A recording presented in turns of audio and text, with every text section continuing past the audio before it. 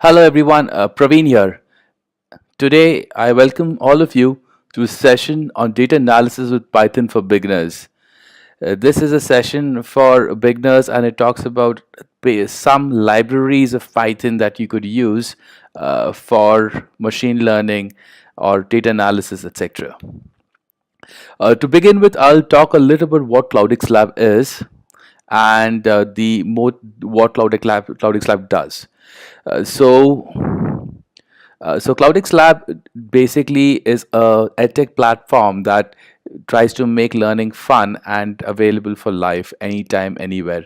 We got videos, quizzes, hands-on projects, and case studies. All in together, we make real-life use cases so that it makes machine learning, big data analysis very real and very useful for practical reasons and makes you job ready.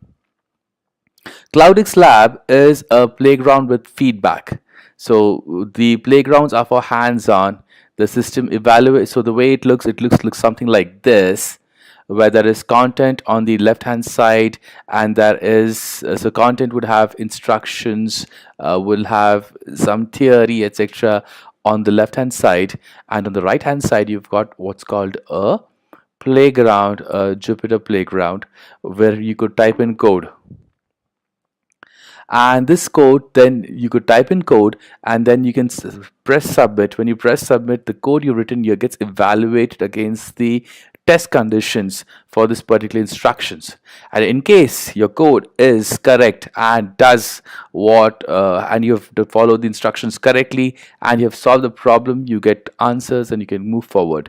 If you can't, there are hints, there are you could even get the answer at some loss of a few points, and there is also a comment section which you can interact with your fellow learners and with the TAs who will be supporting you. So the CloudX Lab, it comes pre-installed with a lot of software for practicing AI, machine learning, deep learning, big data technologies, all in easy. So what you never don't need to do is you don't need to install anything, and you can come and get started with it directly. Okay, so the instructors and authors. So I'll first say, I am Praveen, the guy in the middle, and I'm giving the class today. So the content in this for which I'm presenting today has been also been prepared by Sandeep, who is the founder of CloudX Lab. He has a lot of experience with Amazon, InMobi, D, Shaw, etc. He loves teaching. He loves AI. He loves computer science, and and if you join our classes, you'll definitely come across classes given by him. The other guy who's contributed his class is Abhinav Singh, who is also a co-founder at CloudX Lab. His experiences are in AI, ML, big data, also DevOps. He is also a visiting faculty at SCMHRD. He's got a lot of experience in both gaming and edtech with Byju's and Hashcube, and adds a lot of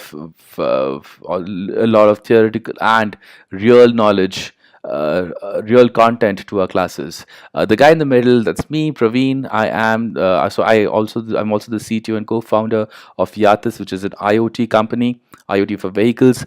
We do IoT. So my interests are in IoT, machine learning, computer vision, especially at the edge. So I got degrees from IIT Bombay in electrical engineering, and I worked for several years abroad and in India. And I've worked in multiple aspects of technology and management, and yeah, and my interest, as I said, I'm trying to focus on machine learning, computer vision, and combination of edge and IoT.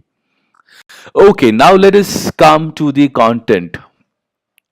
So let me be clear, the class today is going to be hands-on. I will just have a small section which is presentations and talking. We will soon get deep down. There's code. So the people who register, we will provide the link to the GitHub. We'll provide access to the code, access to this presentation, and this video is going to be available on YouTube for life. So you can access that anytime. For the people who I don't really recommend people to follow or for do the code along with me. It might be too fast. So you can watch, and in case of questions, please shoot the question. Shoot. I will keep answering them as we go forward. So what is Python? Python is an interpreted high-level language, so it doesn't have a compiler. It's a high-level language, so it's not a. It's so we write fairly high-level commands. So it was invented in 1991 by Guido van Rossum. It was invented by 1991 by the Dutch programmer called Guido van Rossum, and it's one of the real advantages of Python that it's very easy to use and it really improves engineer productivity. It might not be the most efficient language, like writing the same code in C or C++ might give you more efficiency. The code might be faster, or if even better, if you write it in in a low level language like assembly, it will be even faster.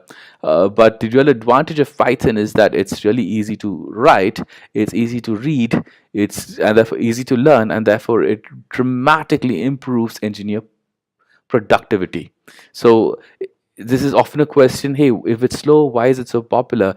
The really important thing is to have engineers to be more productive. If your engineers are more happy and find it easier to do something, the overall productivity is much higher. And there is a small hit on the performance of the code, but that is all right. And as you've seen, so Python has become the most popular platform for machine learning and AI. So but again, so nice thing about Python is a lot of libraries for multiple applications. So in case you're looking for something like a web application, you want to build web application, server side web application, then Django is a platform that you would use to make web applications. So what we do today is we're not focusing on Django or any web applications. Our focus is very clearly on the libraries that are focused on data analysis.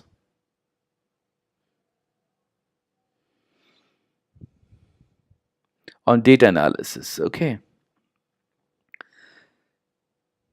So there are so some of my some of our support people and our engineers are online and they will be answering your questions. So in case I can't answer them, they will answer them. Okay.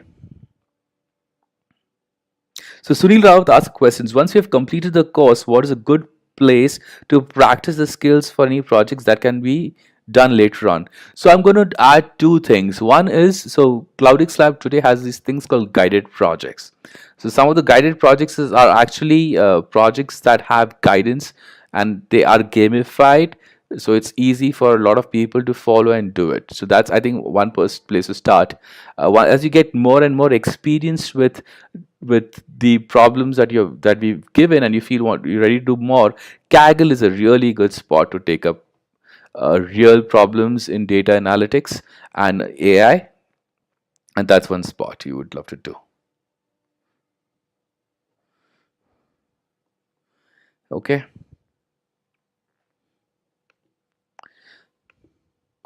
Okay, so the first library we will be talking about is called NumPy. Some of you might. So, what is NumPy? NumPy stands for Numeric Python or Numerical Python. It is open sourced. It's a module of Python. We will see how to use it.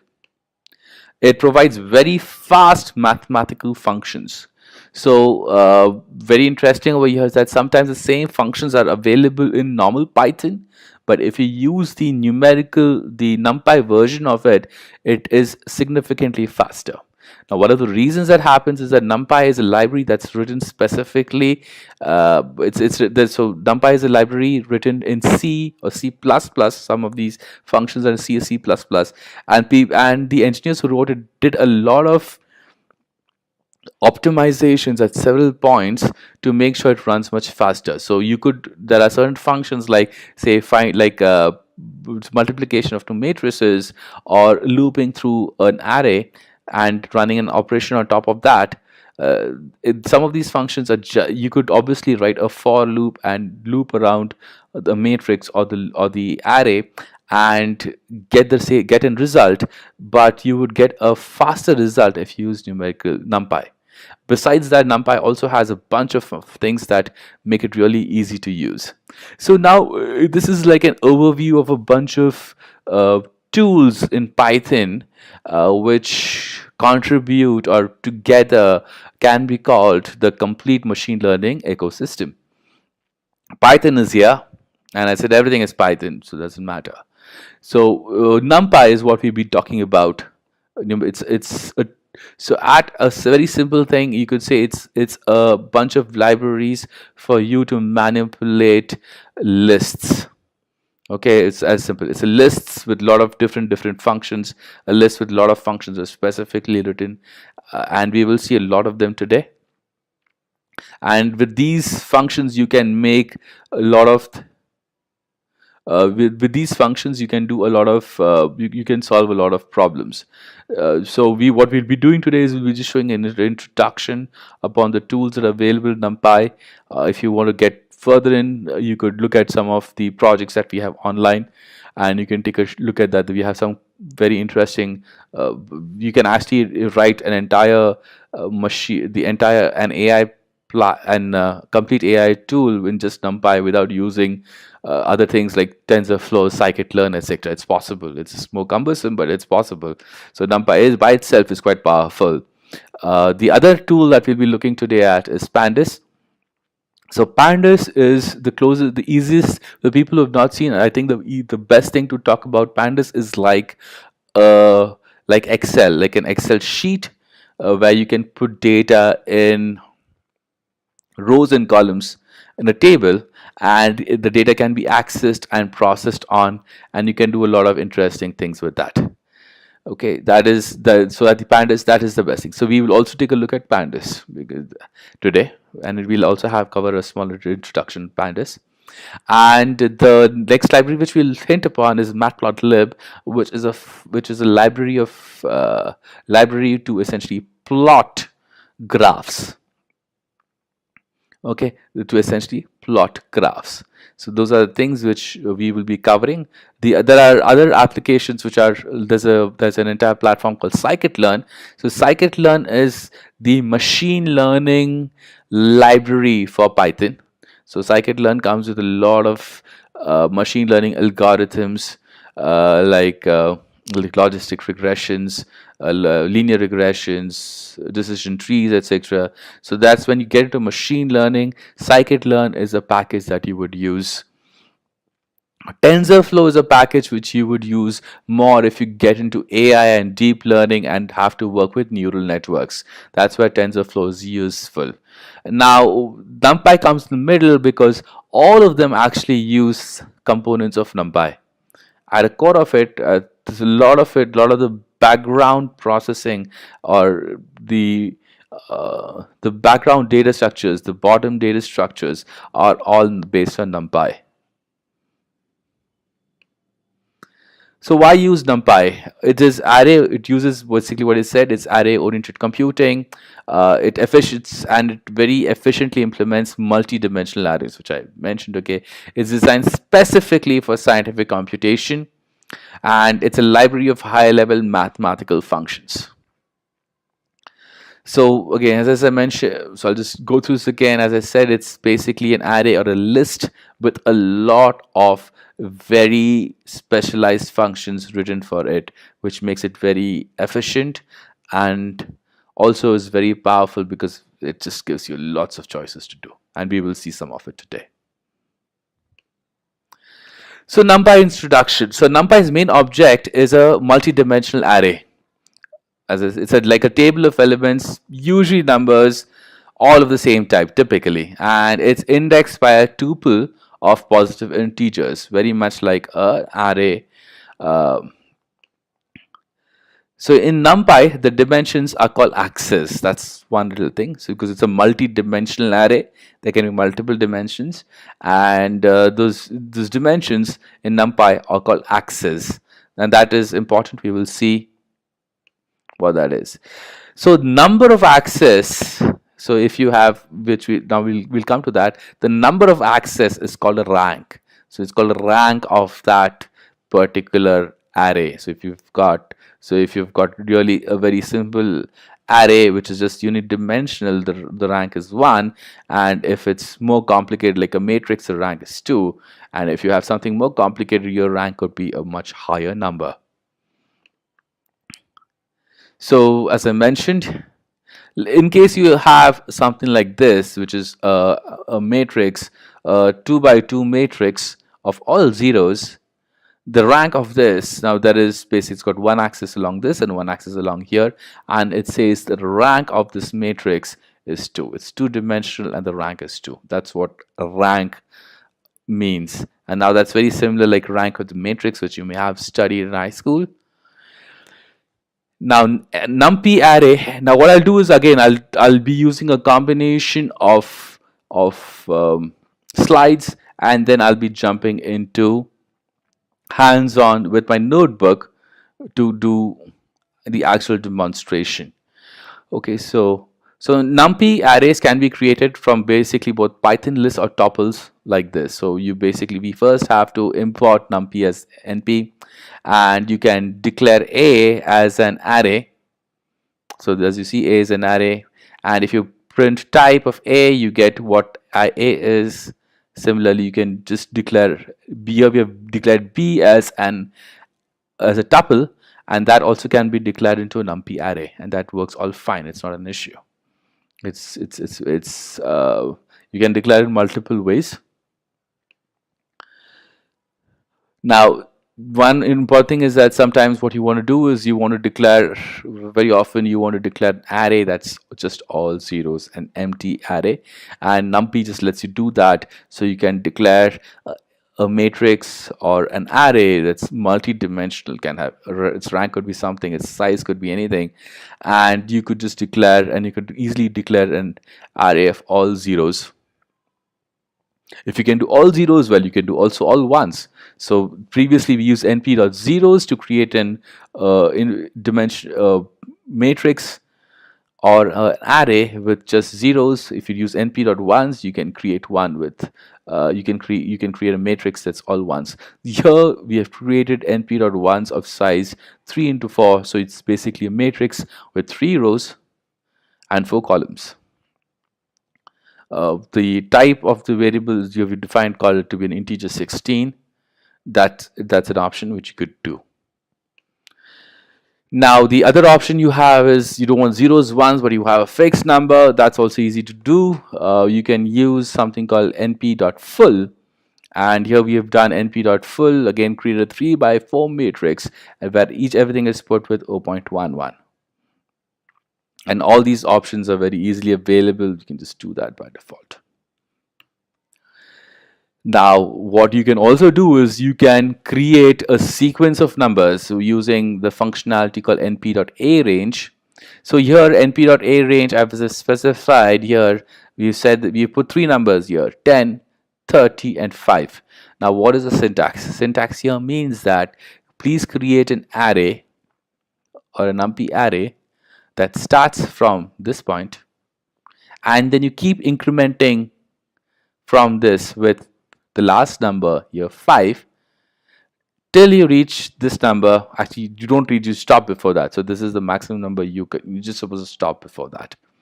Okay, so if you wrote a command np.arange 10, 35, what you get is, as you say, first one is the first number in the array is the first number here, that's 10, as you can see here, 10. The next number is an increment of 5. So increment 10 by 5, you get 15. Again, increase by 5, you get 20. Again, increase by 5, you get 25.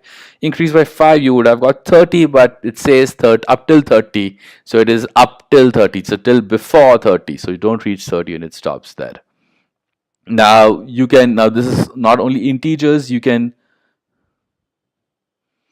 also get the same function. You can create a series of these numbers if in floats also. That's also optional. So for example, here I've said that give me a array that starts from 0, goes all the way to 2, but the increments are at 0.3. So Again, so it started at 0, I've got 0.3, 0.6, 0.9, 1.2, 1.5, 1.8, and it stops before 2.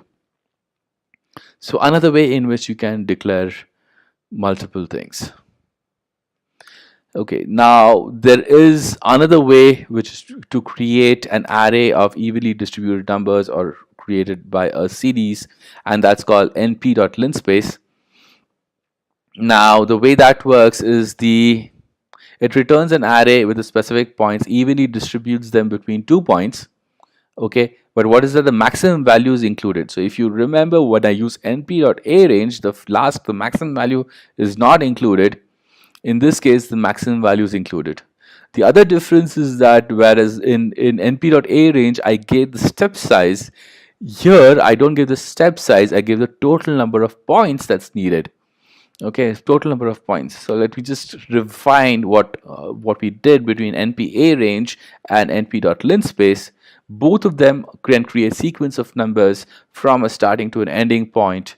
In arange, you don't get your maximum point, which is the second number, where while use linspace, you also get the ending point. In arange, you basically specify the step size, and in linspace, you essentially specify a count, the number of points you need.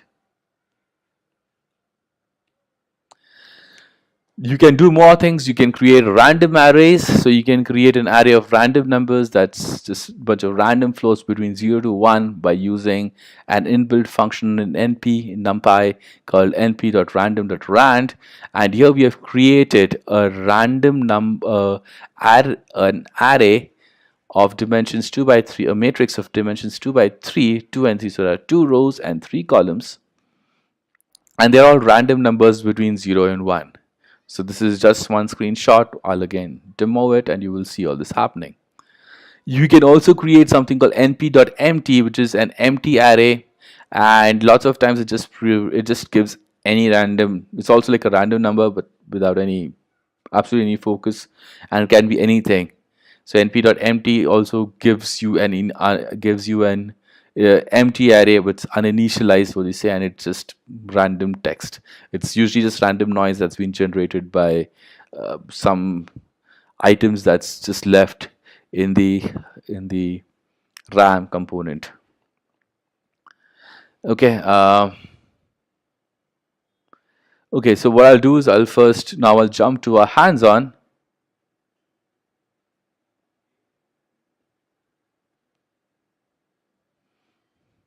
So there's a question from Rajiv: is random generators generated using a uniform distribution? This one uses, I believe, it's a Gaussian distribution. You can also create uniform distribution based ones.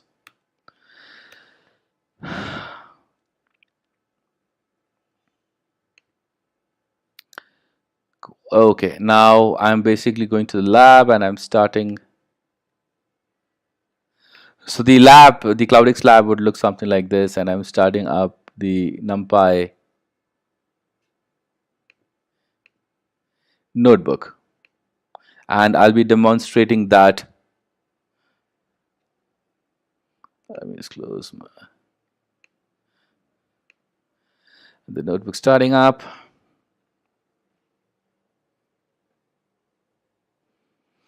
Cool. Okay, so for the folks who have never seen Python, or some folks might have seen Python, so the Python, as I mentioned, has a lot of libraries. Now, every time you're using one of those libraries, you have to import it.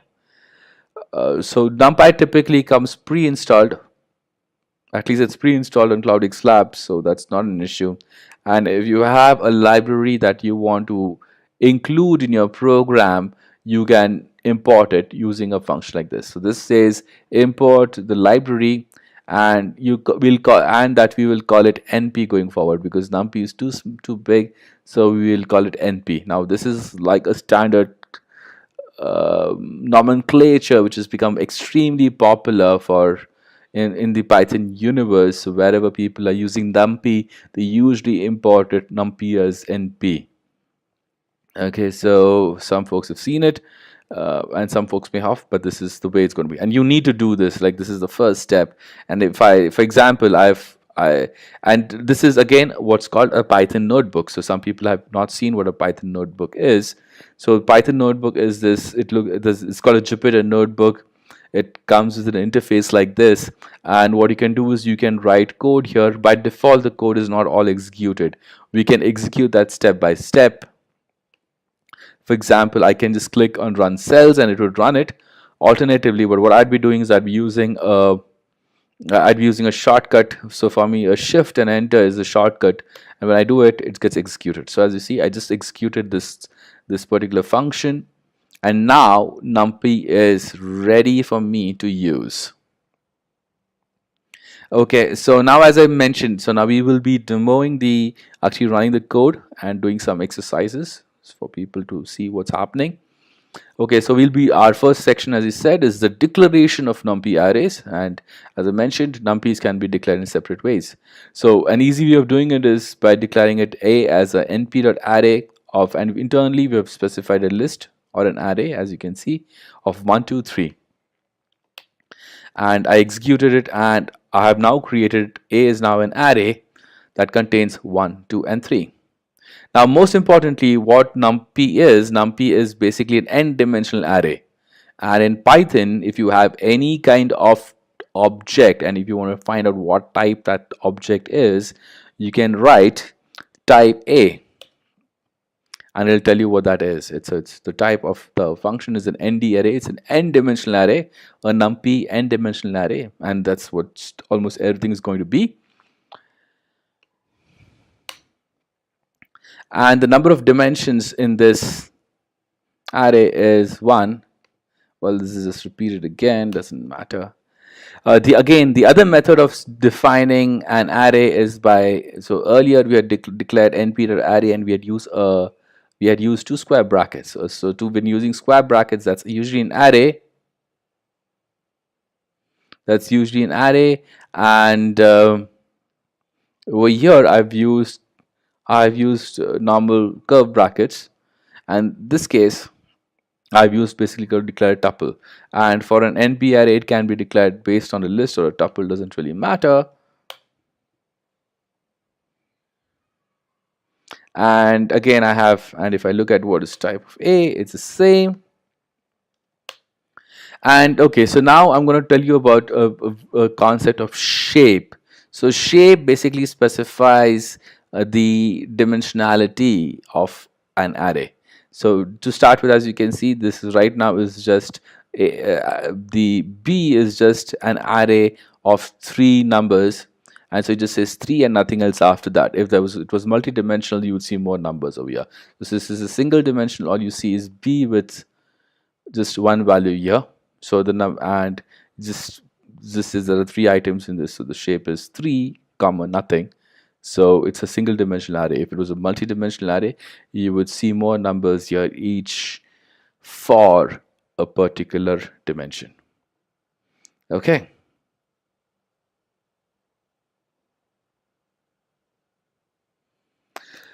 Cool. The next thing is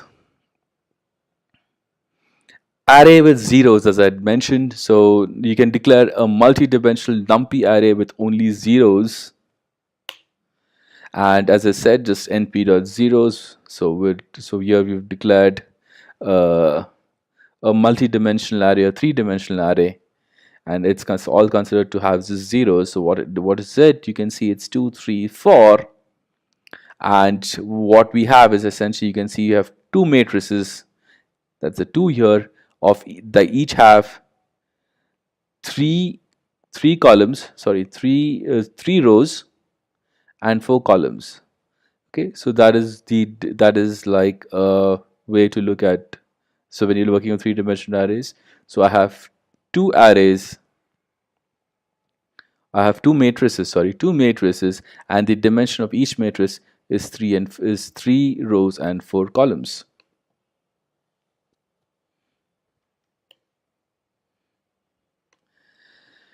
And as I mentioned before, if I ask you to write the shape, you would actually get the same number as this, which essentially says it's got 2 matrices, 3 rows, 4 columns. It's like a three-dimensional matrix. And the number of dimensions or the rank of this matrix is 3. Okay, so that's the n dimensions. So I'm just clearing out all the definitions which are or the basic syntaxes and the basic definitions of a few items that we'll be using, just clarifying all those items as we go deeper and deeper. And so I can again do something very simple. I can just declare, if I just declare 3 variable, if I say np0 is 3, it just creates a simple 3 an array with 3 elements, all of them zeros. I can also do a 2-dimensional. By default, its type is double. That's what it says. And the shape here is x dot shape. As I said, is 3 by 4. So as you can mention, the same here. Basically means 3 rows and 4 columns. The next step, as we mentioned, as you can do zeros, you can do 1. So Rajiv asked, basically a tensor effectively of rank 3. Yes, Rajiv, that's correct. It's basically a tensor of rank 3. So you basically take the same concept, and when you go to TensorFlow, you just call them tensors. And so here you can do the same thing with ones. If you just want something full of ones, you could do that. Well, the types, everything here is float 64. And as I said, if you want to have a declared value, so you want to know how a fixed value for your NumPy array, you can do that by using np.full. Similarly, we've done again 3 by 4 matrices, matrices of shape 3 and 4. You can do something more complicated. You can use constants like np.pi gives you access to a great pi, the constant pi, to a particular level of accuracy, obviously. And you can do that. So if in case you need pi or some of the variables, you can use that. The other one which we had mentioned was np.arange, which we said with which you can create an array that starts from 10 with steps of 2 but stops before 30. And when I execute that, you get CZ 10, 12, all the way up to 28, just stopping just before 30. Even if I had this at 29, I would effectively get the same answer, 28, because it's still before 29. But if I kept this as 31, I would get 30 also. And np.arange also supports floats. So here I've created an array starting from 1 going all the way, stopping before 100 with steps of 0.1. And here you can see that can be created also very easily. np.arange, again, you can, this is another example, when you do 0 to 2. Here we have gone from 0 to 20 of 005. So as you can even count and see that if you have a step size of 0.005 starting from 0 to 20, you'd get 4,000 points. You can see that 20 divided by 0.005 will give you 4,000. And in case any doubts on that, I will just show that to you. So if you just have 20 divided by 0.005, 4,000. So that's exactly the same.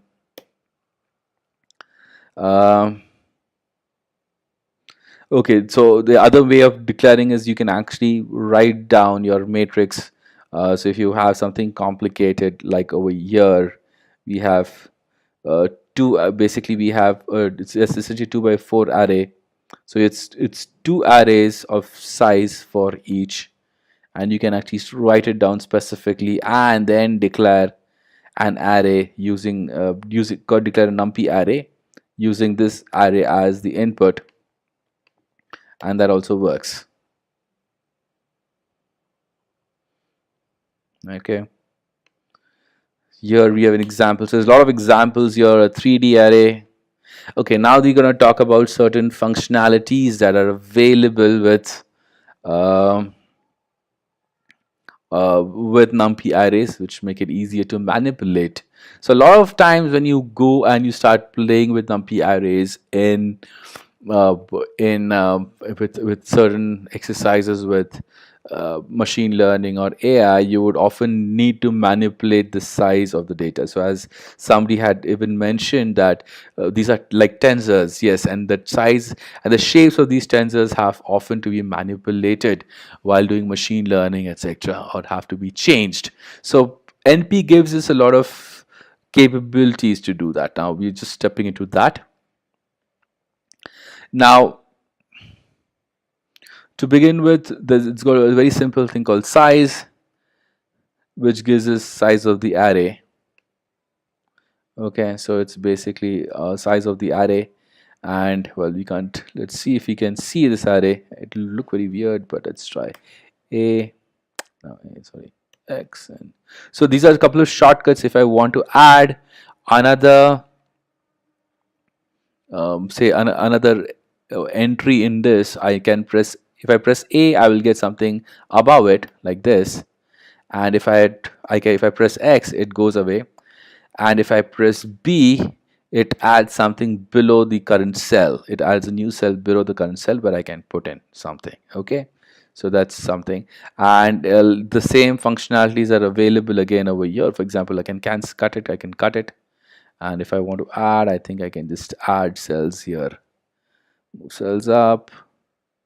Yeah, insert cell above, insert below. I can. I'm just so similar functionalities that are given here on the menu size. A lot of them are available in shortcuts, and so I'm just going to add one cell above. I'm going to say print 3D array, and you can see what it was. Essentially, it was two matrices of size 3 and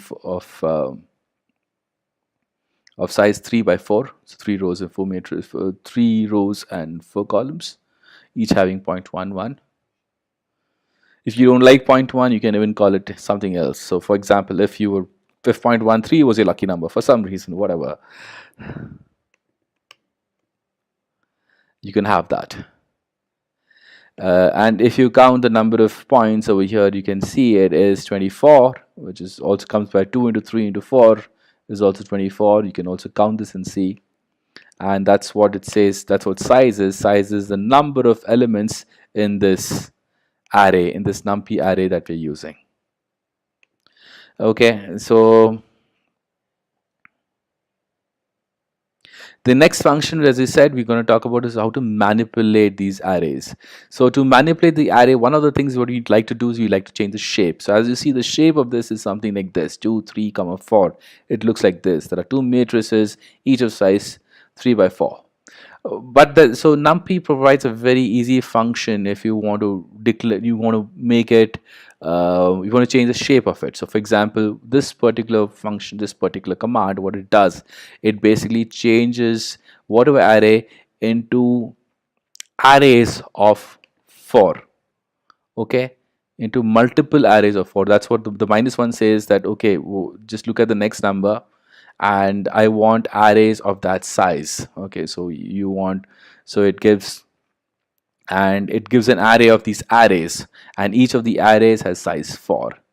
For example, it's 24. I could have alternatively even put 12, and if I get 12, as you will see, I will get two arrays of each of size 12. Okay, and if I could have instead even put 1 -1 by 1, this is actually a very famous command. It just makes it takes each element and puts that into array. This is something that's used a lot in machine learning. This shape is used a lot. Alternatively, and you can keep changing the shapes with this. Please note that almost all the commands I did not really change the shape of the array. It just temporarily created one. If I go and check what the original shape was, the original shape is preserved. If I wanted the shaped array, I would have to assign it clearly. Only if I assign it will the shape change. If I don't assign it, the shape stays the same. Okay. Neat.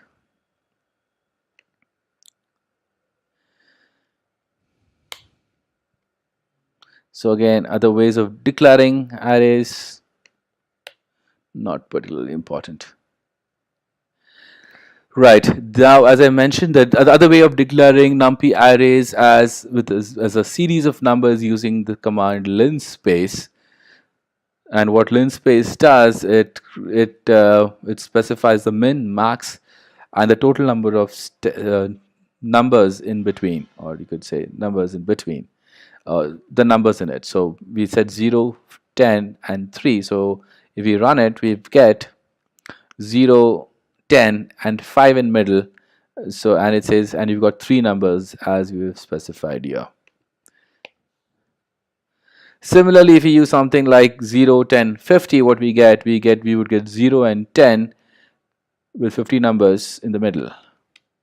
A total array of 50 numbers. And as you can see here, it's got 50 numbers here, uh, each having a step size of effectively 0.02 something. And there's some noise over here in the last decimals, which is something we got to live with.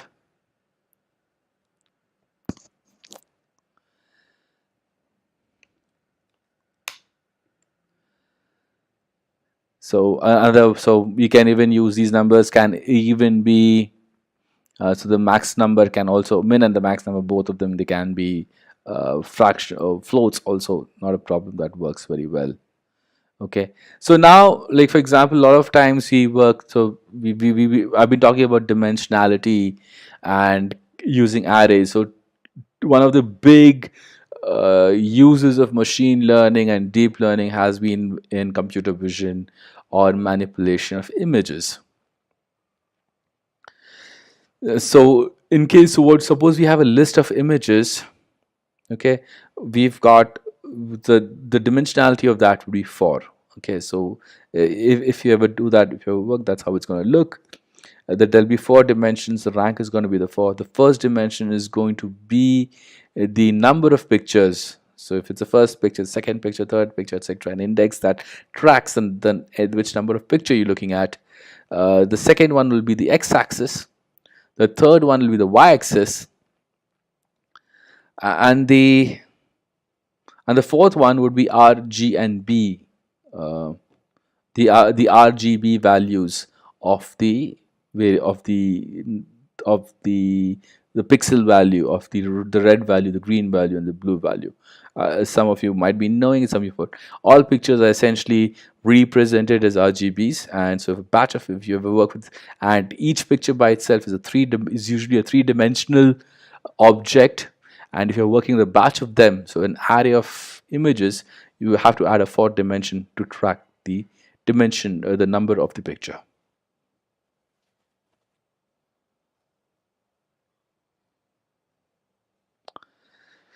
The next thing we had spoken about was a NumPy array with random numbers.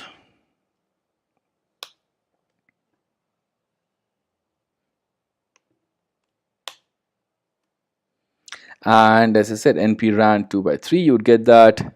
If you use something np.empty, you actually can get anything you want. It's absolutely no idea what you can get.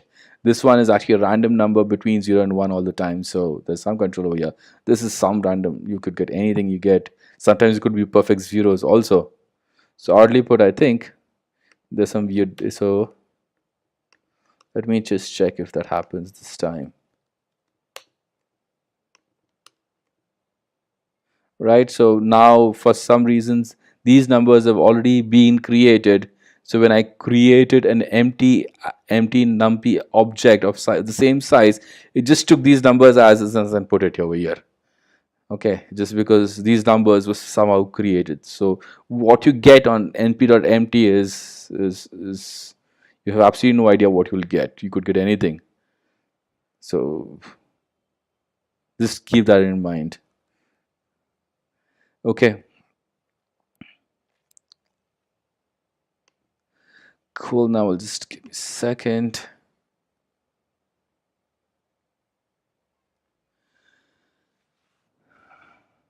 So create an empty, right? So there are some properties. You've seen some of these properties. So one of the, so as a lot of us have seen, the NumPy array class is called an ND array and an n-dimensional array. The attributes of an n-dimensional array. So there are a lot of properties for n-dimensional array. One of us is obviously the number of axes, the number of dimensions. For something like this, it's 2. We've seen that. We've seen hands-on examples of this happening.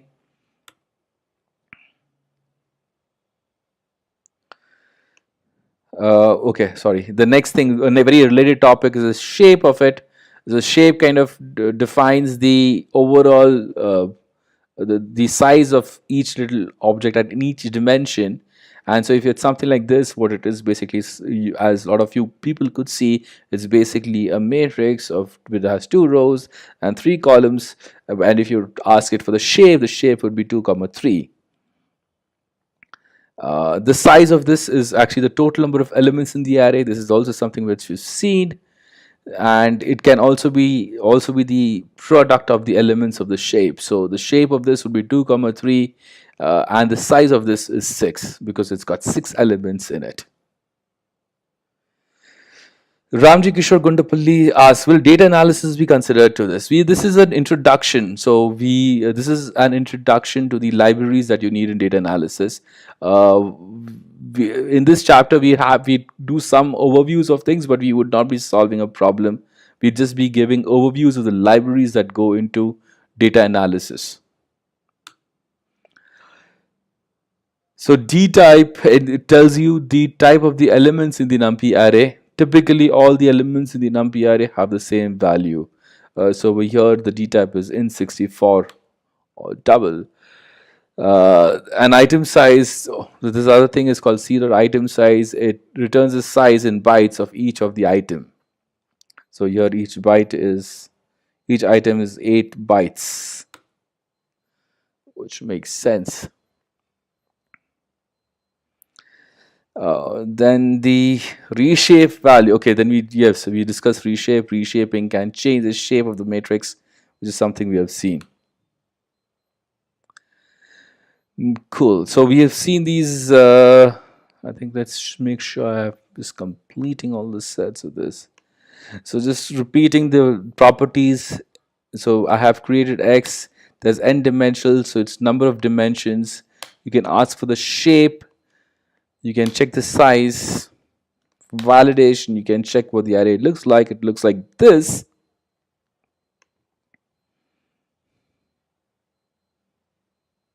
You can access each parameter also if you want with x comma 0, x comma 1.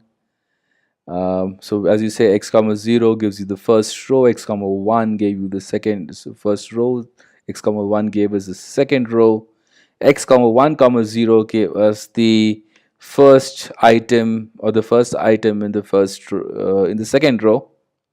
Oh, sorry, I have to let me execute that. Yeah, 0.85. Since I'm using random numbers, it's going to be a different number every time. And again, I can access this by either by 1 and 0 in separate square braces, or I can put just 1.0. The net result is the same. C.np.a range 1 comma 5. See in this stuff. So if in case I declare something like this, you can check the D type. Each of these items are basically 64-bit ints. Item size, the size of each item is 8. np.a range, if I declare something like this, right? So this is just this is how you reshape an array. So if I had an array with 24 items, I can reshape it to, so by default, first it was something like this. It was just 24 items like this, but I can shape it into something like 2 comma 3 comma 4, and I would get, as I say, something which we've seen before, 2 matrices, each of rows 3 and columns 4. And I can break it back. If I just say b reshape -1, it would just bring it back, just flatten the whole thing out. Okay. Prashant asks, can we have elements with different data types in an array, not an not a NumPy array? Typically, NumPy array won't let you do that. NumPy arrays, you typically want all of them with the same type.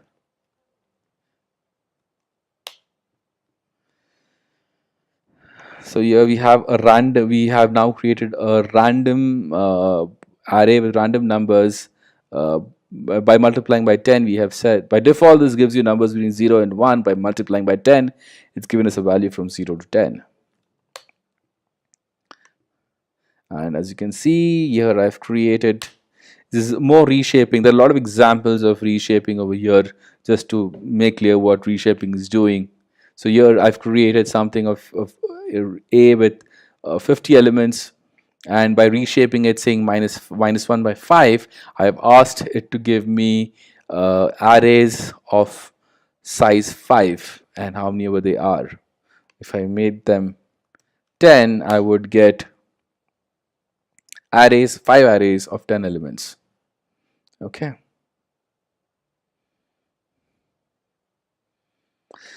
Okay, so now if you want to access NumPy methods, of like for example, you're in this in the Jupyter forum, and you want to access. So for example, if you know about this thing called np.sum, and you want to say, hey, what does that mean? You just need to write np.sum, put a question mark, and execute that particular line, and what you get, you get the documentation of that particular function. This drops up.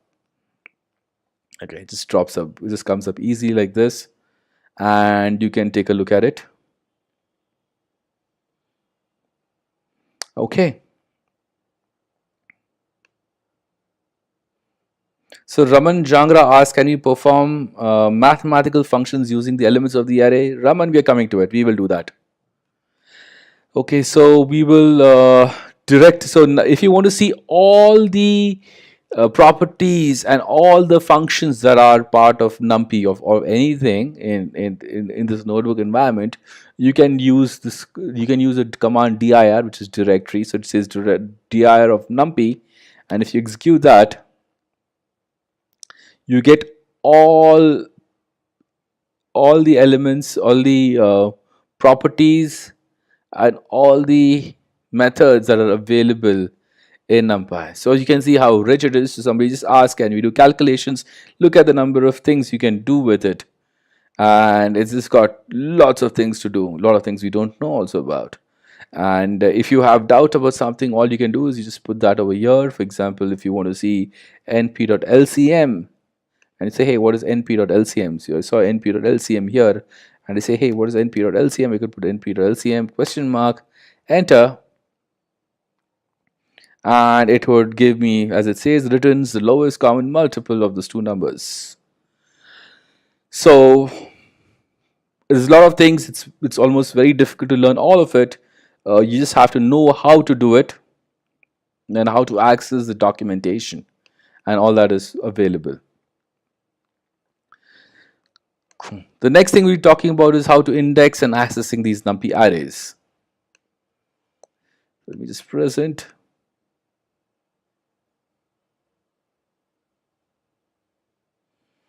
So we're going to start with a one-dimensional NumPy array. So typically, if we have an array like this, and this is the index, you can just access by the index. That's easy to do. So if you wanted the third item, so n8, 3 would be 19. Other things you can do is you can do what is called slicing or getting a range of it. So if I wanted to access a range, if I gave 2, 2 colon 5, I'd get everything from 2 till before 5, so till 4 essentially. So I'd get something like this. The other method in which I can access slices or parts of it is by this concept of jumping, if I add a third dimension here. So what this one tells me is how to jump. Okay, so this particular functions, as it says, a 2, I've got nothing here, and 2 here. So what it says is start from index 2, go till the end of it, because nothing specified. That basically means go through the entire array with steps of 2. If we execute that, what we get is we'll start from 2 and take 2 jumps. So you'll get 3, you'll get this value next, that's 13, and you'll get this value next, that's 3. So that's how this would get to do that. Okay, so these are essentially slicing of arrays. This is what the whole concept of slicing of arrays. You can do that. So this is like we'll be talking about slices more clearly. If you want to go through the same array in reverse, you just have to, instead of, so as you said here, this defines the stepping. If you declare -1, this actually goes in reverse. So if you get something like this, it starts with 3 and will go back, and you print this, you'll get something like this. It just goes back and back and back. Okay, so you see, I just have the same array in reverse. Okay, now the next thing is we're going to talk about slices. Okay, so this is something interesting. So you can kind of, so something like this is often also called a slice. It's called a slice of the array. So you've sliced the array, and right now we have shown different ways you can slice the array. And so these are basically, this is what slices are called. And now what we can do is, if you want in NumPy, this is a difference between NumPy and a normal array. So in NumPy, I can define a certain, I can overwrite a certain slice completely. So for example, I have a, if it's a NumPy array, and if I say a 1, 1 colon 3 minus 1, it will change. So everything between 1, so basically items 1 and 2 will get reassigned to -1. But if I try the same thing with a Python array, it's not going to work, it's going to fail. Okay, so we'll see this in demonstration also. So this is one of the positive things for NumPy arrays. Besides being faster, it's more flexible. There are more things you can do with it. So also note that the slices, they're basically just views on the same data buffer. It's not like it doesn't get its own buffer. So it's basically just a view, like a link to the same data buffer. So if you modify that, it's going to modify the original array also. Okay, so for example, so an example of that is, so if I define an array and a slice of it, a comma slice, and if I change the value of the slice, the value is going to also change in the original array. So we're going to see this actually happening. The value over here is given. I think it should be a comma 3. That's all right. And if you really want to make a copy of the data, you need to use the copy method. So this would make a copy of it, and therefore if you make any changes on this, it would not affect A. Okay, so this is one of the differences, something very important when you talk about NumPy arrays. You can also create slices on multi-dimensional arrays. So if you had something like a multi-dimensional array, you can also declare it. So if you want to say access the first row, second column, B1 comma 2, if you ever said B1 and had a colon over here, it basically means in row 1 please access all the columns. Similarly, if you put a colon in the first one and 1 here, it says on the first column all rows. And if you want to, the other method is, if you want to create a extremely funny index, you can also have something like this, where you have so if you want to say access this point to this, you would have the starting row index, ending row index, starting column index, and ending column index. Okay, so starting row index, ending row index, starting column index, ending column index. You can do the same thing. Okay, let us just look at some examples to further make that concept clear with you. Okay, so as you said, NumPy arrays can be accessed as a list. Here I've created A.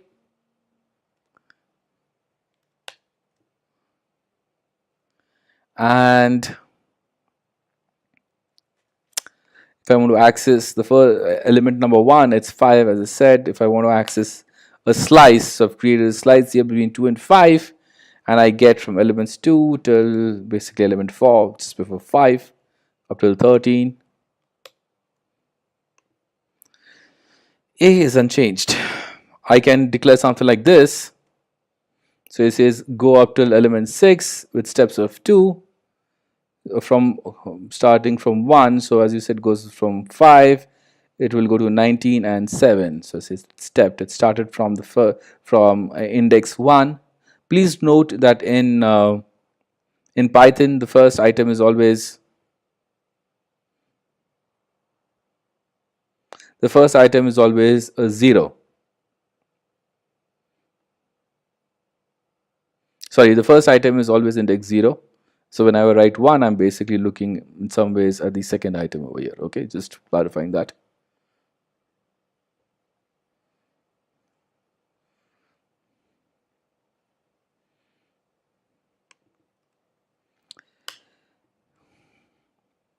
Cool. Okay, so A. Well, we could even do something like this in principle, and that will not change A at any time, but B would be something different. So if you actually do B over here,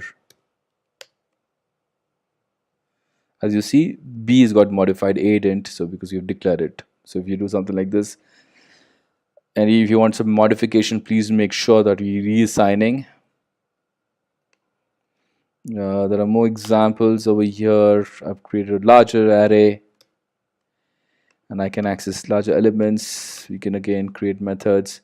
As I mentioned, if I leave, so this is like a slice going from 5 to 7, and if I don't write the second element here, it basically means go till the end of it.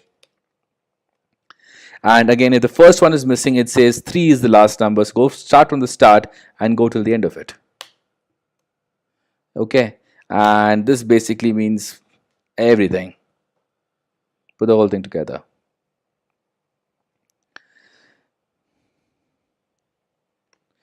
Okay, this one says that start from, this is a different slice, a method of accessing the same slice. Please note what the slice is. It is items from 0 to 23. If I do something like this, it says start from the beginning, stop at 10, but do steps of 2. So I started at the beginning, which is 0, did steps of 2, so that's why I have all even numbers stopping before 10. Okay, stopping before the 10th one. And if I want items till 10 from the back side, I just need to put the step needs to be defined as -1. So if you are a fan of backside, this is the way you can do that. So if we want to work with reversed, you want to work with reversed ones. Second.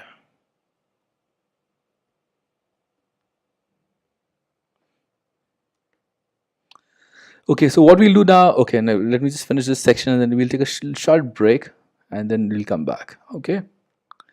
So if I write something like this, what this is starts from 2, takes steps of 2 till the end. This would again start at 2 but take steps of 3, as you can see. So I'm starting at 2 and I'm stepping by 3. So 2 to 5, 8, comma. So 2. This, as I said, again is reversed. If you want to reverse and take steps,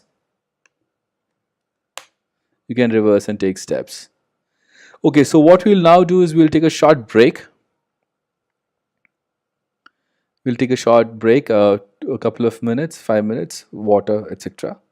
And we will be back immediately. Okay, second is there we will write down here.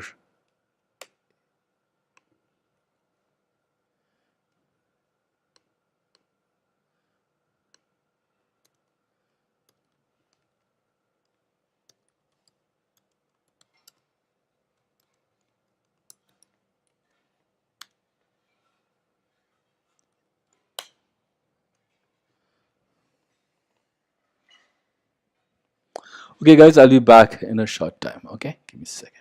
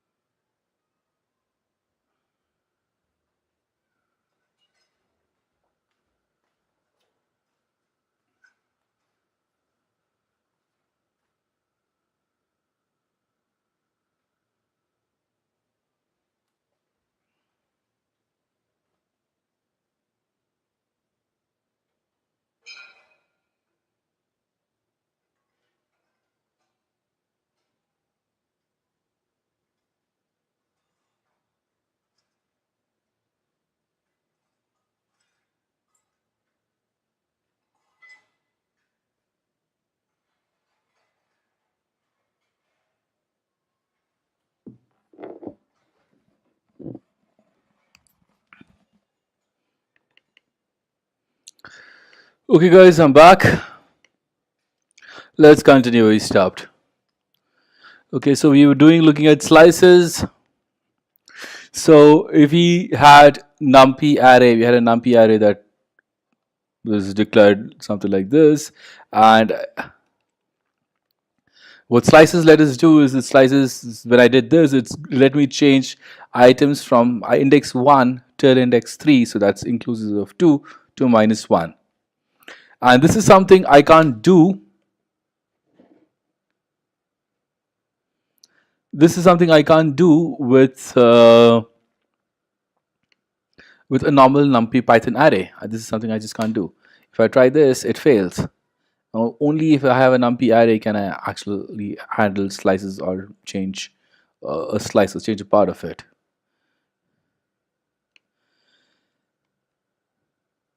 The next, again, we look at more slices.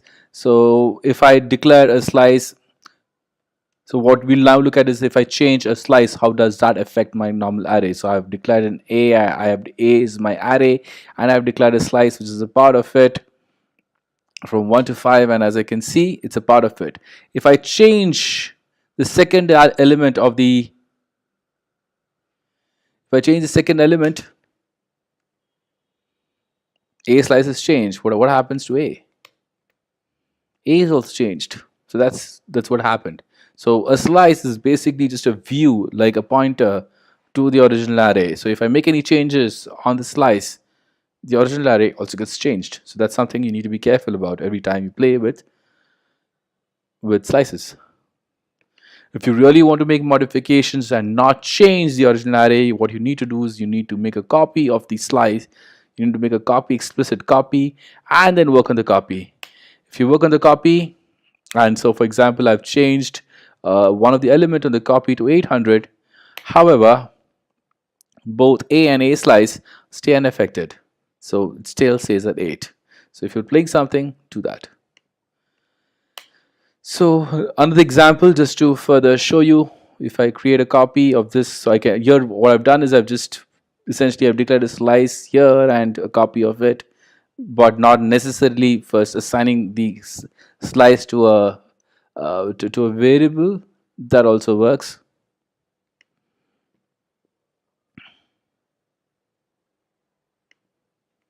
Okay, another interesting is I can do, so if I have, this is just another interesting thing, item about this. So if I have y is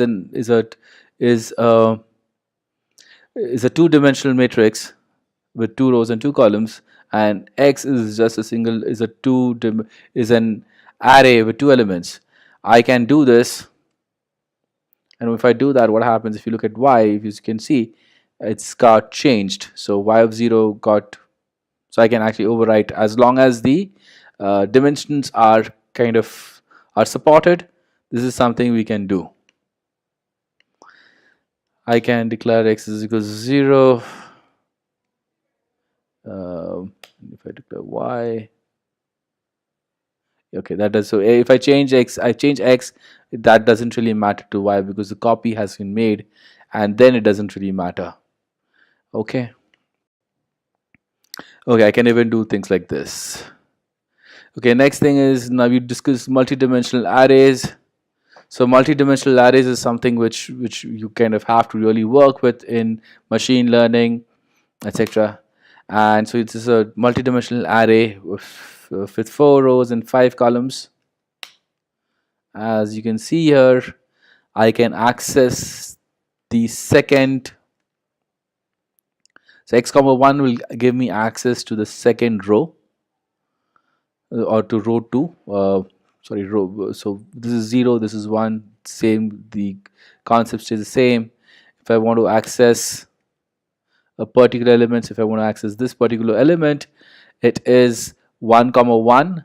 That can be accessed by either 1 comma 1 or 1 and 1 and 2 independent square braces. That also gives us the same thing. Again, over here you can also access things by,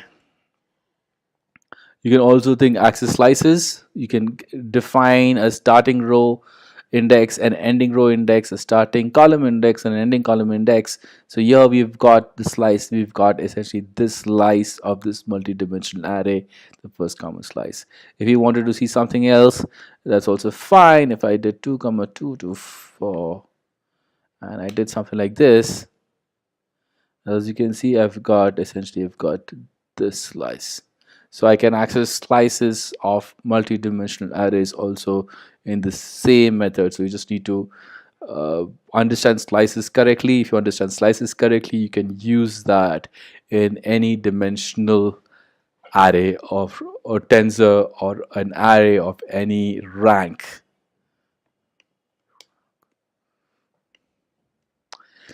Now this is a 3 comma 3 array, so it's 3 matrices of with 3 rows and 3 columns.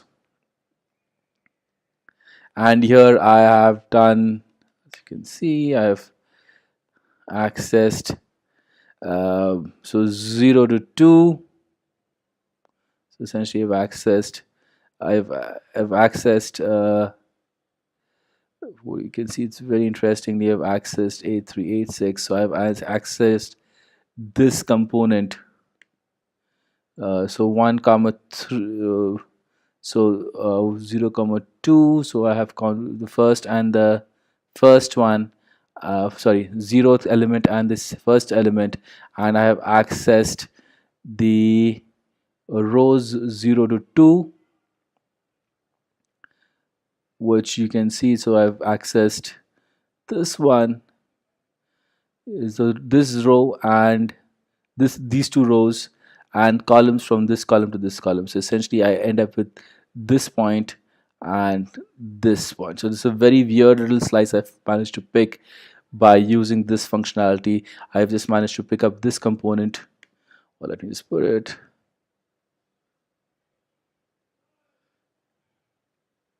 Yeah, so I've got this section here and this section here. Okay.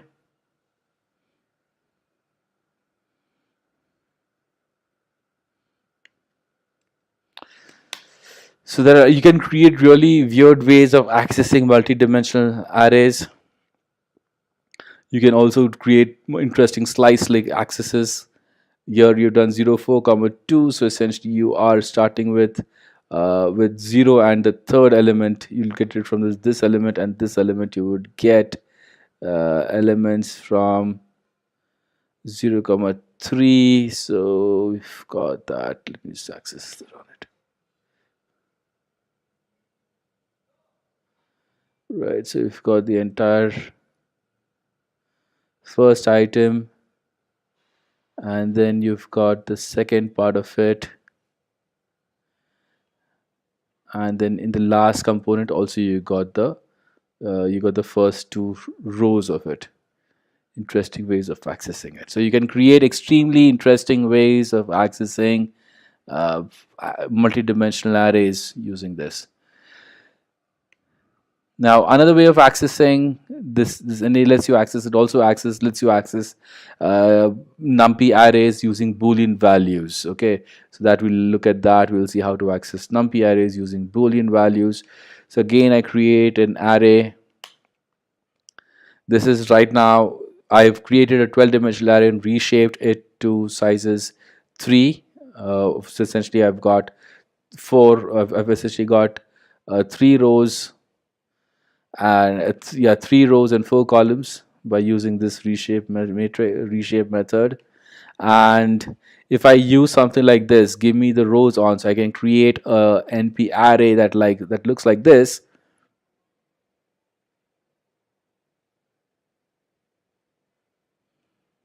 An NP array says true, false, true. What that means is that, and if I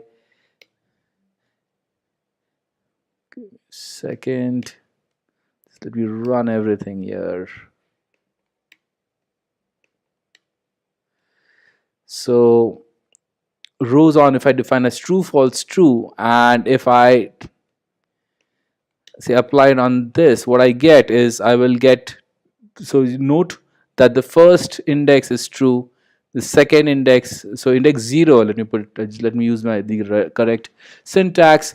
So index 0 is true, index 1 is false, index 2 is 3, index 2 is true. So when I do, what I get is I basically get the zeroth row and the third row, zeroth row and the second and row, uh, and the third row, or row 2, and row 1 as it falls gets thrown away. This is one way I can access, and please note A stays the same. If I can access it directly also by just saying true, false, true. Alternatively, I can change the index in which I want to access it, and I can set it up this way. If I say true, false, what I get is I get the part from the other side. Okay.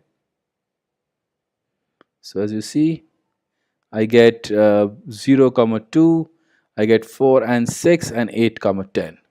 So this is by accessing it along the columns. So this is where I applied a Boolean choosing, a Boolean indexing on the rows. This is Boolean indexing on the columns. Both ways we can do it. Cool. Now let's talk about something else. Very interesting. So again, talking about how linear algebra works, or why NumPy arrays are used. So probably a lot of you would have heard linear algebra forms the basics of machine learning, deep learning, AI, etc. And one of the reasons, so basically you can do a lot of linear algebra functions with NumPy. And one of the things you do is you kind of can represent vectors also using NumPy arrays. So vector, as some of you have learned and still remember, the vector is a quantity defined with a magnitude and a direction. So vector can be represented as an array of numbers also. That's in one of the easy ways of do. So for example, if you have to show that a rocket is growing up at a slight angle, that it has a vertical speed of 5,000, a slight speed to the east at 10, and a slight speed to the north at 50, the rocket's velocity can be represented this way along the three different axes. That's one of the reasons, and therefore your vector. So this is now becomes and this can be defined as a NumPy array and used in calculations very easily. Now coming to a machine learning problem, so you can do the same thing to define a certain data in machine learning. So, for example, if you have to build a machine learning system to classify videos into three categories, like good videos, it could even be links, it could even be emails. So you want to say it's good, spam, and clickbait. You could do that also by having a NumPy array. Okay. So other ways you can even represent. So this is another way of representing a video information. So for example, if you have this is like a representation of saying that this video has lasts for 10.5 minutes. It had 5.2% viewers, as you can see, 5.2. The pointer. So it's got 10.5 minutes. That's 10.5 over here. It's got 5.2% viewers who watched for more than a minute, and it gets 3.2 views per day on average, and it was flagged 7 times as spam. And then you can represent that video in a vector that looks like this, in a NumPy array that looks like this. And this is the reason why NumPy arrays are used so much, because you can even represent complex forms of data using vectors and then use mathematical operations on that to find algorithm and apply algorithms on that for whatever processing you need to do post that. Okay. So yeah, so for example, this is going back to our video classification type. So you could represent say class probabilities of a particular video. So you could say that, so after you run it through a machine learning algorithm, you would get something like this. You would get that, hey, this video is probably 80% I think it's a spam, 18% I think it's a clickbait, and just 2% I think it's good. Okay, so this is what this is a very commonly used methodology. This is a classification. So if you're working with machine learning classification, you would typically have to classify an object into multiple types. Either, so for example, you've used a concept, you've used an example of a video. It could be spam, clickbait, or good, and they each have probabilities which equal to equal. The sum of the probabilities will come to 1, and you would represent it this way. Okay.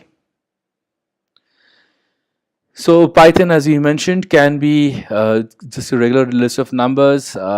Machine learning uses lots of scientific computation, and therefore it's used to use NumPy arrays, which provides a lot of. So the functions that NumPy provides is much faster than those of Python. Okay, and now we'll have an example to show that.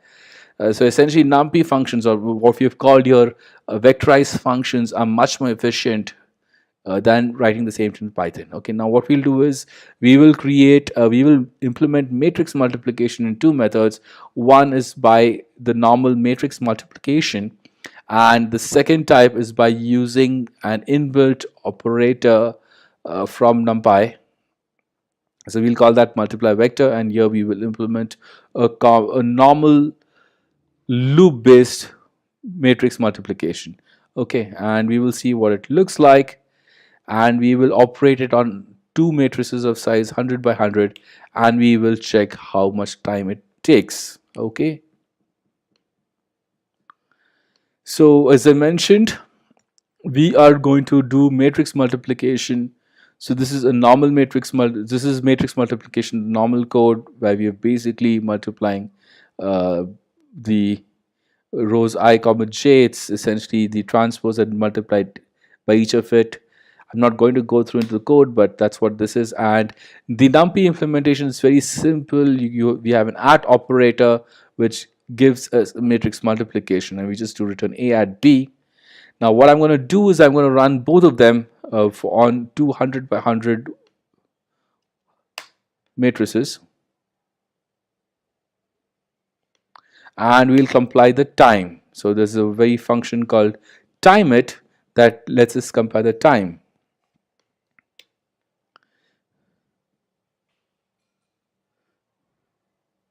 This is taken 5.38 milliseconds. This is taken 38 microseconds. So this is a lot faster, as you can see. So that's why it's usually recommended that you continue using the vector method over other methods.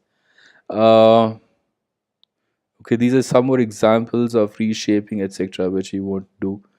Now we'll talk about some basic operations with NumPy arrays. So what kind of what can you do with NumPy arrays? So you can do addition. As simple, I've defined 2 arrays. So as long as the 2 arrays are of the same size, I can add them. I can add them easily. There are other methods also I can do. I can add them. Now if this A is an array and B is just a value of say 4, or sorry, again an array. I can add both of these.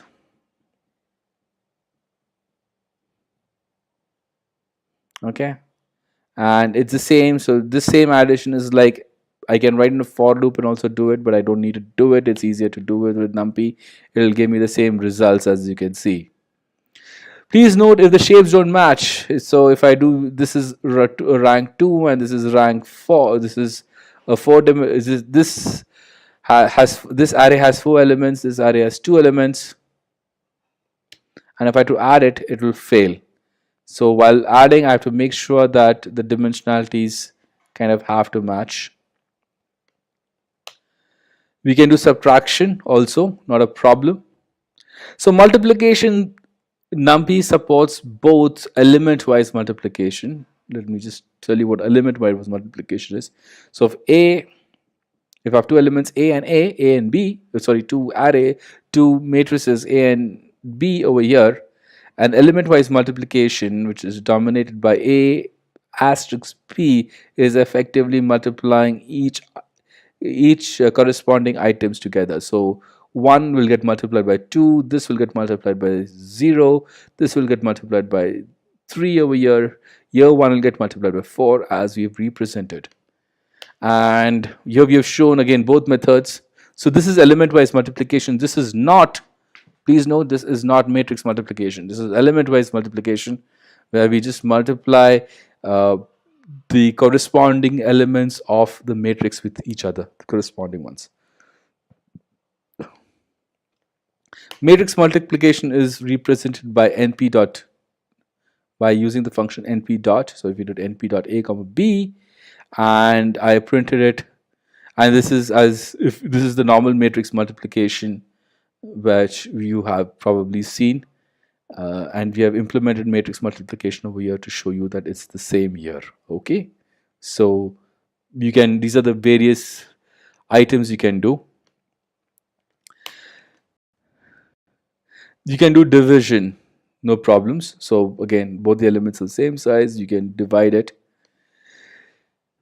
Here again, I'm going to divide a by b by concept of integer division. So by integer division, I'm essentially getting only the divisor. So basically, here it was a proper division, here it is the integer division. As you can see, I've got the integer values. The cross, two crosses is integer division in Python, and I can just do it with two arrays and I can get element wise integer division. I also can do modulus or remainder.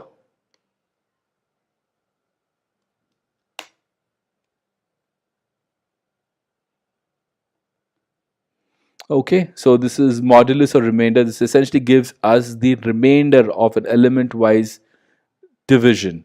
So I have taken element here and we've divided. So basically, please note b is values from 1 to 4, and I've divided each one of them. And if I have a remainder, so for the first, if I divide 20 by 1, I don't have a remainder. If I divide 30 by 2, I don't have a remainder. If I divide 40 by 3, I have a remainder of 1. And if I divide 50 by 4, I have a remainder of 2. That is what this is showing. So this is modulus or remainder operation.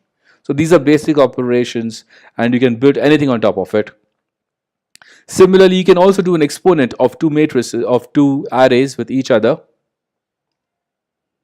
So I have A and B, again of the same ones, so I can get very simple element wise exponentials. So here I have raised 20 by 1, 30 by 2, 40 by 3 and 50 by 4, and I have got values over here. Another way of doing the same thing is by just using np.power a comma b, and I would get exactly the same result. So there are two ways in which I can do power, by just doing a 2 stars or using np.power. Okay,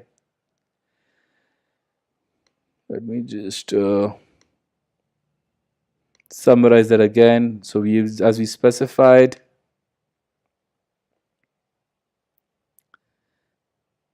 we did addition, we can do subtraction, and element wise we can do element wise product, as we've seen. We can do matrix products, element wise production. We can do division, we can do integer division, which just gives us the divisor inside, or we can do the modulus or remainder operator, which just returns us the remainder from a element wise division. We looked at exponents. And then we're going to also look at what's called conditional operators. Okay, so if I can even do conditional operators. So I can just check, say that, hey, if I have an array of this and I want to compare that with another array. So element wise comparison. So for example, I have another array which 15, 16, 35 and 36, and the comparison I want to have is less than, and I can just say m is less than this, and the result would give me the result of the comparison. So it essentially says, okay, it compares 2 and 20 and 15, so that is 20 is greater than 15, so that result is false. Minus 5 and 16, minus 5 is smaller, so that is true. 30 and 35, 30 is smaller, so that is also true. 40 and 36, that is not true, so I have false. Or so other examples, I can use 25 over here and doesn't matter. Now, if I use, what I can also do is that if I do this comparison, m is less than 25, and I just want to find the items that's less than m is where the values, individual values are less than 25, I can just use this also. Okay. For example, I take m and I said in m, give me the values less than 25, I would get something like this. Okay. So we will see that before we go to broadcasting.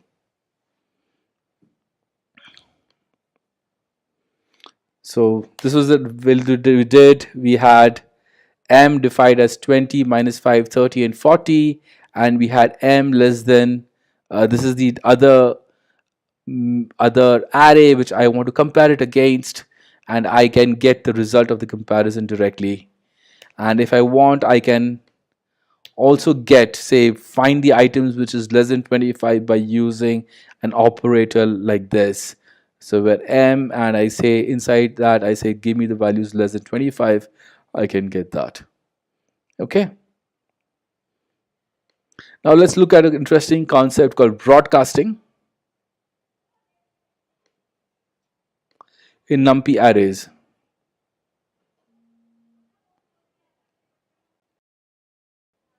So broadcasting in NumPy arrays is, so what is broadcasting? So we've seen element wise addition. So where if two arrays have identical, we have the identical, the ranks are the same, the shapes are the same, it's very easy to do it. Now what happens is and we've seen that the shapes are very different, it fails. But what happens, but if there's some sort of compatibility to the shapes, that can do actually. So if you have something like this, what happens? Well, in general, so NumPy expects the same shape, but if it's not true, it applies what's called the broadcasting rules. Now there are two types of broadcasting to remember. Okay, there is a request from somebody for the presentation of the notebook. So if you have registered for this for this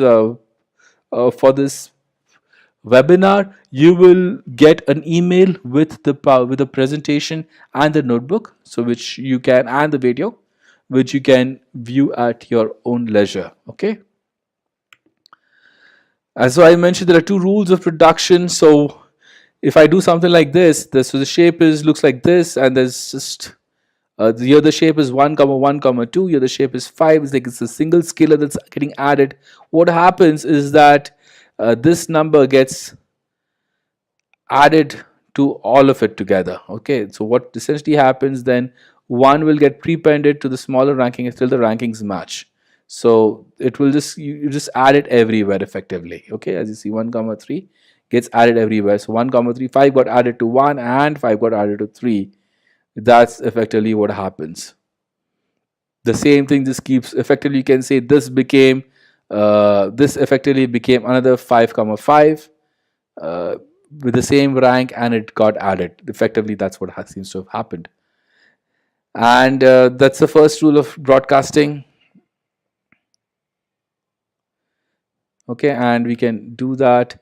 So this is the second rule, which says that, hey, if you have something like this and you have something like this, the whole thing gets added to each other. Similarly, if you have np.1s, so you have if you have a n-dimensional array of say 3, 3, and something that's just a rank 3 over here, this will get added, this will get extended say 3 times and will get added to this.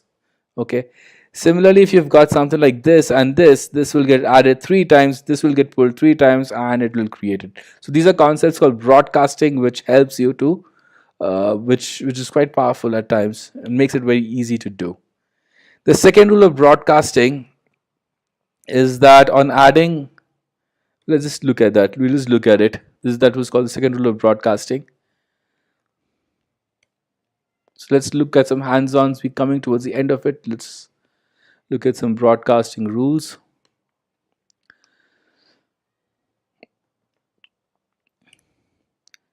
So I have defined a value, an array H that looks like this, B looks like this. I can say H, I can just add it here. So again, please look, the ranks are different, but it will add it.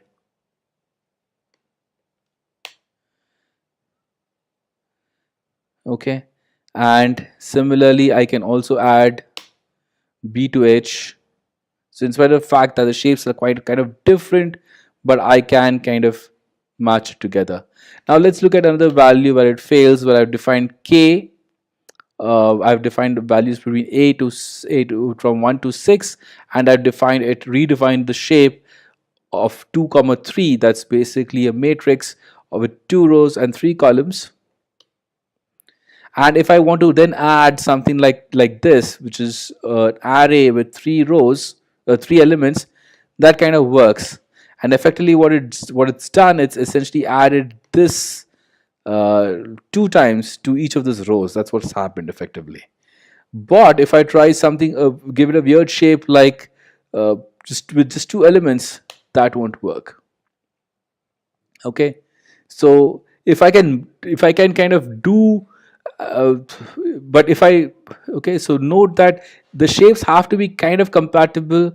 You can say in some ways it has to be a divisor of it, or has to be, it's like I should be able to uh, add multiple instances of it to manage the shape of the bigger one, if that's possible. So I've got 2 matrices each, and if I can match, if the smaller one's shape can be matched to the shape of the bigger one by just adding multiple instances of the smaller uh, array, then it's compatible. That's what we had seen before. So for example, I have K, and if I just want to add a scalar called 5, that also works pretty fine. That's also neat. Okay, so this is kind of a nice representation of that. So here I have different types of income, supposedly different arrays, but you can see if I have something like I have a 3 element array, and here I have just 1 element, but I can effectively say that I can have it 3 times and make it compatible to the larger one. Similarly, I might have a two-dimensional array here and a single dimensional array here, but I can multiply that, I can add that several times and get the same value. And even this is possible, or even this is possible, we can even do this. So because this can be multiplied 3 times, this can be put 3 times and built into a shape that's compatible. So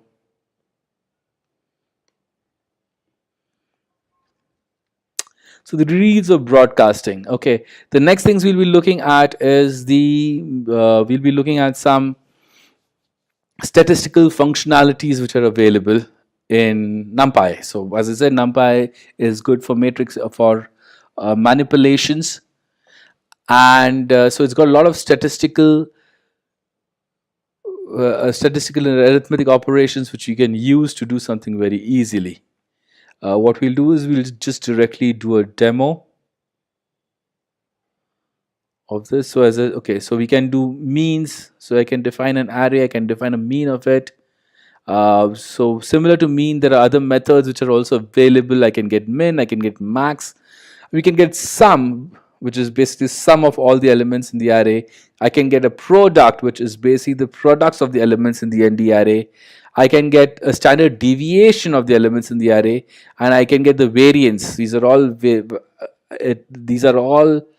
um, these are all very popular methods in statistics. All of them are available directly for us. Okay, and so we will do that and just show you how that works. It's very easy. They just access by something like a dot min, a dot max, a dot sum, a dot prod, a dot std, and a dot var will give you the same thing. Okay, let us look at that. Right. So here I've defined A as an NP array. It's again a two-dimensional. It's a two-dimensional array, essentially 2, 3, and I can say give me A dot mean, and this would give you the mean, the average of all the elements in this of this matrix. NP dot product would give you the product of it. Well, this is demonstration. The product is, you can just multiply all of it and you will get this. Similarly, you can get this is actually the derivation of the standard deviation and variance, and this actually shows that the standard deviation, the standard deviation and the variance calculated by NumPy and calculated with the standard formulae will come out identical. And well, that's just proof. But if you really want to use them, you can. So this is a nice little function where we showed all of it together. So I have a dot in, a dot max, a dot sum. So these are different functions I've put in a for loop, and I'm going to execute each of these functions on a, and I did that. And so as you can see, I'll just look at a once more.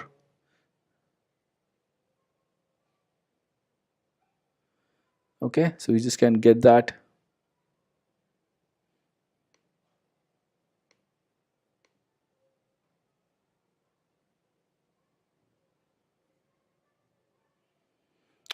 Cool. Okay, now there's something very interesting here when you talk about n-dimensional arrays, which we had mentioned before that when we're working with n-dimensional array, each dimension is called an axis. Okay, each dimension is called an axis. Now let's look at, so I'm going to define,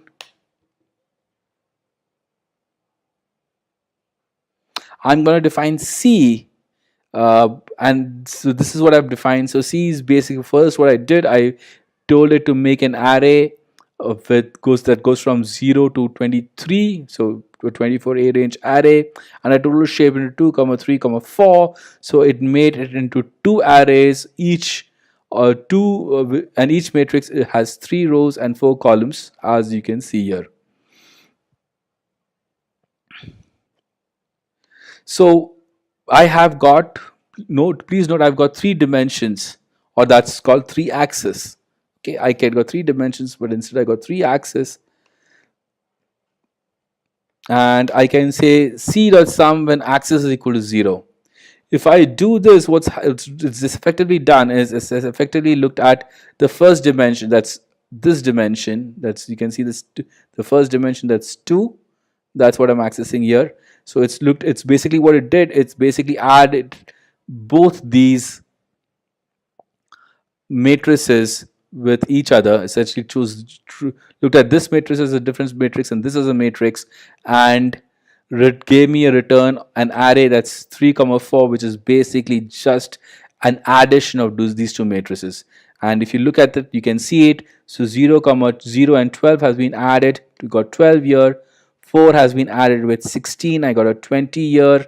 8 has been added to 20 and I got a 28 here. Similarly, if you look at each of these values over here, it's the sum of the corresponding values in these two matrices. Okay, so this is the same. So effectively I have done is I have flattened out this axis out. Okay, I have flattened the first axis. So first axis is equal to 0, and we can do that. Similarly, I can say that, hey, sum it across the, yeah, this is the row. So this will give me the row sum. So if I say sum axis equal to 1, so first row you can say was the first index was the number of the matrices. The second row, the axis equal to 1, is basically the row. So what I've done right now, I've basically summed the row sum of each matrix. Okay, so what I'm doing is I'm summing across the rows.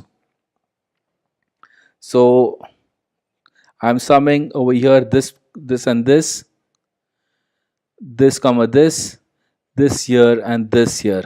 This is what I've got here. As you can see, I've summed this row into this. Oh no, sorry, I did that here. And what I've done is I have summed the rows. Yes, so what I've done is I have 12 is, yeah, 0 4 8 12, and then I summed all the rows in this matrix. So 0 4 and 8 I've summed. I've got 12 here, 12 16 20 I've summed. I've got 48 here. 1 5 9 I summed. I got, so 1 plus 5 plus 9, that's 15, which is over here.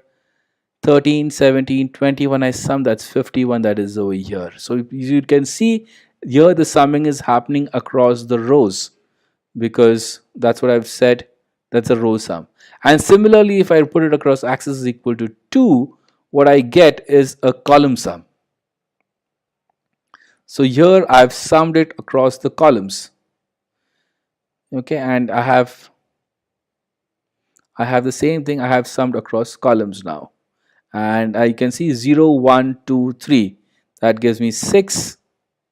Okay, 4 5 6, and that gave me 6. 4 5 6 and 7, that will give me 22 over here. 8 9 10 and 11 will give me 8 plus 9 is 17. 17 plus 28 10 is 28, is 28. 28 plus 17 17 plus 10 is 27. 27 plus 11 is 20, this is 38, which I get here. So this is the sum across the columns.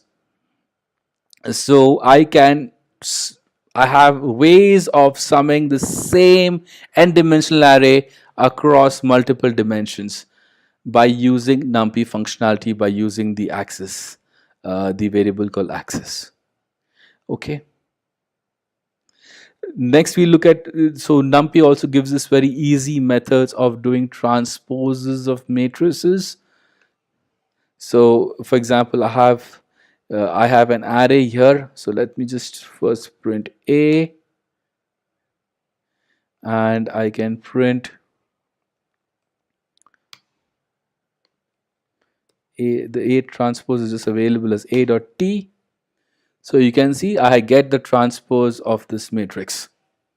Okay, so this is A, and A dot T gives me the transpose of this matrix. So that's an easy way of doing this. A dot sum axis is equal to 0, and then yeah, I can do the same thing. I can sum across axis is equal to 0, which will give me the axis across the rows, the sum across rows, and if I do axis is equal to 1, I get the sum across columns. Okay, now to finish with, so we are at the end of our lecture. So to finish it, what we'll do is I will show how with NumPy you can easily solve even linear simultaneous equations very easily. So for example, if you have an equation to solve which is say 2x plus 6y is equal to 6 and 5x plus 3y is minus 9. So NumPy gives us access to something called line alg. This is a linear algorithm. Essentially it gives you it just helps you solve linear simultaneous equations, and it needs two inputs, obviously, as you can understand. So it needs these coefficients and it needs the outputs. Okay, so you just specify the coefficients in as a matrix. So this is like those we used to use matrices in school to solve simultaneous equations. Very similarly, you specify a matrix. So 2 6, as you can see, I have 2x plus y, 2x plus 6y. So 2 and 6 come here. 5 and 3 come in my second row. 6 and minus 9 go in something I've called depth vars in my second, or the dependent variables, or you would say the outputs. You could specify that, and I just need to send them into to line alg. So I can say is line alg dot solve coefficient and depth vars. If I run that, I have a solution. I have minus 3 and 2, and if you want to check that, we can just do coefficients are dot, like this is a dot product, essentially executes this 2x plus 6y and 5x plus 3y. And so what I've done is I have sent the solution to the coefficients, multiplied it, and see if I get the answer. And you can see the answer is 6 and minus 9, as is over here. So here with NumPy, you can see I can easily solve multiple linear equations in a jiffy without any problems. Okay. So this kind of completes our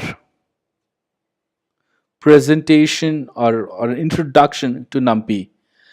For people who are just looking at it for the first time, it does look like a lot. So that's why we are presenting the video, and the notebook that is being presented today will be sent to all of you along with the PowerPoint presentation that was shown over here. So you can take a look at it and try it at your own pace and get used to it. Okay. So to do that, all you need to do is you need to please fill in the PowerPoint presentation. Please fill in the Excel sheet which we have shared with you, and we will give you access to. We will share the access to this notebook.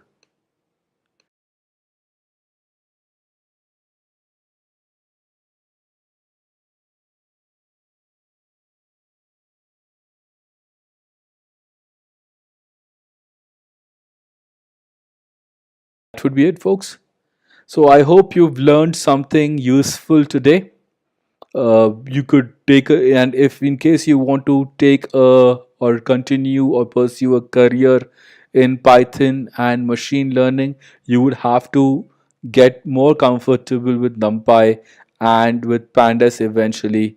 If you want to get more comfortable with if machine learning is what you want to do, I'll just take you to the slide which I showed before. So today what we did was NumPy. This what we do is NumPy. The other libraries are interesting are Pandas, Matplotlib. You use scikit-learn if you want to do more machine learning, and then if you're getting into TensorFlow,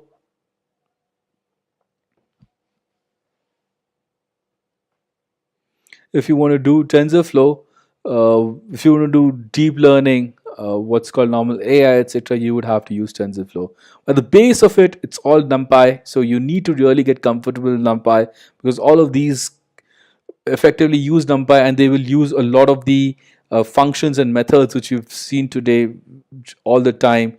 The reshaping, etc., is all used a lot. Reshaping the slice operations, broadcasting. All these operations are used a lot in more advanced algorithms like scikit, in more advanced libraries as scikit-learn and TensorFlow.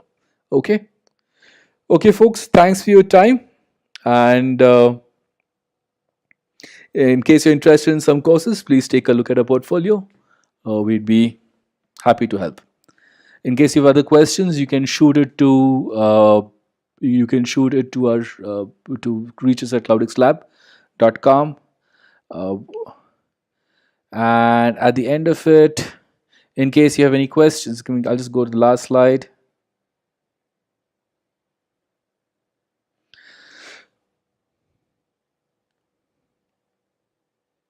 So in case you have more questions, if you can either send us an email to reach us at cloudxlab.com. If you want to discuss topics which we have seen today, you can discuss that on discuss forum at https://discuss.cloudxlab.com. And we'd be more happy to help. In case you want to get in touch with me, my LinkedIn link is in this PowerPoint presentation.